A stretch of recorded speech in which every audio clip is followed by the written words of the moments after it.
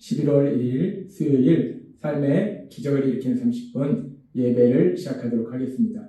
하나님께서 오늘 우리에게 주신 말씀은 에베소서 5장 18절의 말씀입니다. 이 말씀 제가 봉독하도록 하겠습니다. 술 취하지 말라. 이는 방탕한 것이니 오직 성령으로 충만을 받으라. 아멘. 오늘 이 시간 우리 사랑하신 하나님 우리에게 말씀하실 때 하나님의 말씀을 듣기 전에 잠시 기도하는 시간 갖도록 하겠습니다. 하나님 아버지 감사합니다. 오늘도 저희들 사랑하셔서 저희를 만나주시고 저희에게 말씀하여 주시니 감사합니다. 하나님 아버지 오늘도 저희에게 주신 그 말씀을 저희가 듣게 하시고 그 말씀을 묵상하게 하시고 그 말씀을 삶 속에 실천함으로 인해서 하나님의 기쁨이 되며 하나님께서 저희 삶 속에 예비하신 그 놀라운 복들을 마음껏 누리는 저희 모두가 될 수 있도록 은혜 베풀어 주옵소서. 예수님의 이름으로 감사하며 기도드리옵나이다. 아멘. 하나님께서는 우리에게 계속해서 말씀해 주십니다. 너무나 중요한 말씀이시기 때문에 하나님께서 이 말씀을 통해서 우리에게 계속해서 말씀해 주시는데 에베소서 5장 18절은 이렇게 말씀합니다. 술 취하지 말라. 이는 방탕한 것이니 오직 성령으로 충만을 받으라. 라고 말씀하십니다. 이제 예수님을 믿고 이 땅을 살아가는 우리들, 그 예수님을 믿는 믿음의 삶을 살아갈 때 우리에게 중요한 것이 뭐냐면 성령으로 충만함을 받는 거예요. 이 성령으로 충만함을 받는 거, 성령 충만한 사람이 되는 거, 이것이 중요한데 하나님께서는 그래서 이렇게 우리가 성령 충만을 받을 때 우리가 무엇을 해야 되는지에 대해서 말씀해 주셨어요. 우리가 성령 충만을 받기 위해서는 제일 먼저 해야 되는 것이 우리가 선택을 해야 된다는 거예요. 우리가 세상 사람을 따라갈 것이냐 아니면 하나님께 나아갈 것이냐. 그것은 우리의 선택이라는 거예요. 우리가 선택을 해야 되고 우리가 이제 하나님께 나아가기를 선택했다면 하나님은 거룩하신 하나님이시기 때문에 우리가 우리의 죄를 회개해야 된다라고 말씀하셨어요. 그렇게 우리가 이제 세상을 선택하는 것이 아니라 하나님께 나아가기를 선택하고 우리의 죄를 회개하고 이제 하나님께 나아갈 때 그렇게 하나님께 나아갔을 때 이제 그때는 우리가 무엇을 해야 될까? 하나님께서 오늘도 이 부분에 대해서 계속해서 말씀하십니다. 우리가 하나님께 나아가서 하나님을 만나게 되는데 우리가 그렇게 하나님을 만날 때 하나님은 무엇을 하시는 것인가? 하나님을 만나는 믿음의 사람들에게 하나님 무엇을 하실까? 그 부분을 먼저 생각해 보면 출애굽기에 보면은 하나님께서 애굽의 종으로 있던 이스라엘 백성들을 애굽에서 구해주시고 10가지 애굽의 놀라운 재앙, 기적을 통해서 이 이스라엘 백성을 애굽에서 구해주시고 이제 그들을 인도하실 때 그들을 광야로 인도하셔서 3개월 정도 되었을 때 그들이 신의 광야에 이릅니다.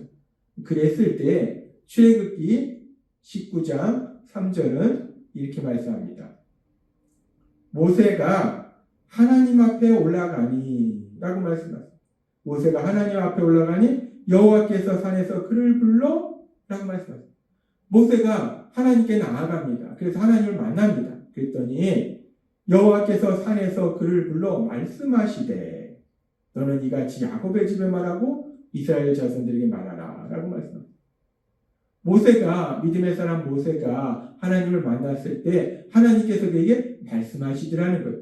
그러면서 하나님은 그렇게 믿음의 사람 모세에게 말씀하실 뿐만 아니라 모세에게 하나님이 하신 그 말씀들을 이스라엘 백성들에게 전하라라고 말씀하세요.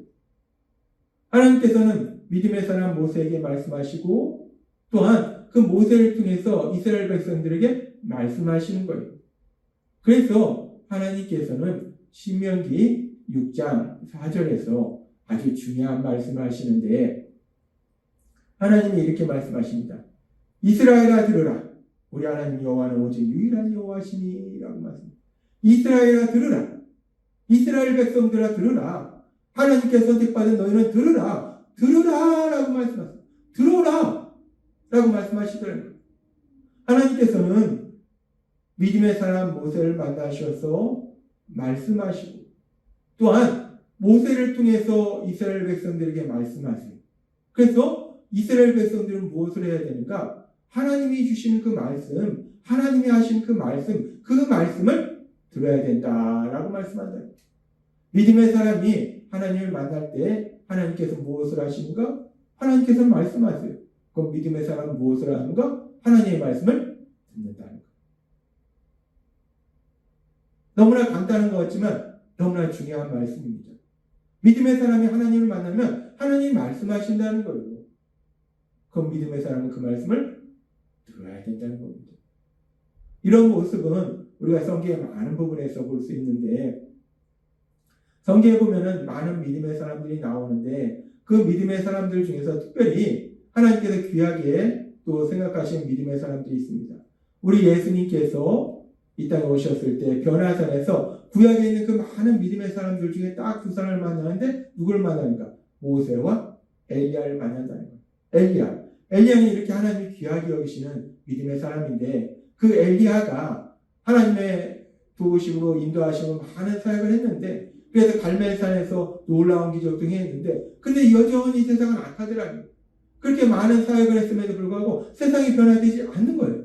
그러니까 엘리야가 그 많은 사역에 지쳐서 이제 하나님께 나아가서 로뎀나무 아래서 너는 강원이 내 생명을 치어없소서. 엘리야가 저 좀 빨리 데려가세요라고 하나님 앞에 하소연합니다. 믿음의 사람 엘리야지만 그 엘리야도 지친 거예요. 그렇게 열심히 사역했는데 사역의 결과가 아무것도 없는 것 같으니까 그 엘리야가 지친 거예요. 그런 지친 엘리야를 향해서 하나님께서는 천사를 보내주셔서 먹을 것을 주시고 또 잠을 자게 하셔서 그의 지친 육을 다시 한번 회복시켜 주시고 강건하게 만들어주세요. 그런 다음에 하나님께서 그를 호렙산으로 부르세요.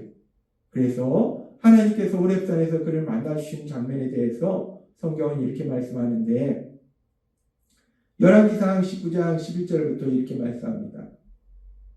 여호와께서 이르시되 너는 나가서 여호와 앞에서 산에 서라 하시더니 여호와께서 지나가시는데 여호와 앞에 크고 강한 바람이 산을 가르고 바위를 부수나 바람 가운데에 여호와께서 계시지 아니하며 바람 후에 지진이 있으나 지진 가운데도 여호와께서 계시지 아니하며 또 지진 후에 불이 있으나 불 가운데에도 여호와께서 계시지 아니하더니 불 위에 세미한 소리가 있는지라. 엘리야가 듣고 겉옷으로 얼굴을 가리고 나가 굴 어귀의 성에 소리가 그에게 임하여 이르시되 엘리야야 내가 어찌하여 여기 있느냐. 하나님께서 지친 엘리야를 먹이시고 잠을 재우셔서 그 육을 다시 한번 강건하게 회복시키신 이후에 호렙산에서 엘리야를 만나십니다. 근데 그렇게 하나님께서 호렙산에서 엘리야를 만나실 때 강한 바람이 불어서 바위가 부서지는 그런 엄청난 바람, 하나님의 그 놀라운 능력이 나타나는 그런 역사가 일어나는데 그 가운데 하나님 계시지 않더랍니다. 또한 보니까 그 뒤에도 초자연적인 놀라운 역사들이 일어나는데 지진이 일어나고 불이 일어나는데 거기도 하나님이 계시지 않더랍니다. 그러면서 세미한 소리가 있을 때 그 세미한 소리를 통해서 하나님이 엘리야를 만나주시고 하나님께서 엘리야에게 말씀하시더라는 것. 우리는 성경의 말씀을 통해서 믿음의 사람들이 하나님을 만나는 그런 많은 장면들에 대한 이야기를 듣습니다. 그리고 그렇게 하나님께서 믿음의 사람들을 만나실 때 물론 하나님께서는 그들의 삶 속에 놀라운 기적도 행하시지만 하나님이 믿음의 사람들을 행하실 때 가장 많이 하시는 것이 무엇인가? 가장 중요한 것이 무엇인가? 하나님이 그들에게 말씀하시더라는 것. 하나님이 그들에게 말씀하시기 때문에 믿음의 사람이 무엇을 하는가? 하나님의 말씀을 듣더라는 겁니다. 그렇습니다. 믿음의 사람이 하나님을 만날 때 하나님이 하시는 것은 하나님이 말씀하시는 것이고 따라서 믿음의 사람이 하는 것은 하나님의 말씀을 듣는 거예요. 하나님께서는 요한복음 1장 1절의 말씀을 통해서 이렇게 말씀합니다. 태초에 말씀이 계시니라. 이 말씀이 하나님과 함께 계셨으니 이 말씀은 곧 하나님이시니라 라고 말씀합니다. 태초에 말씀이 있었다.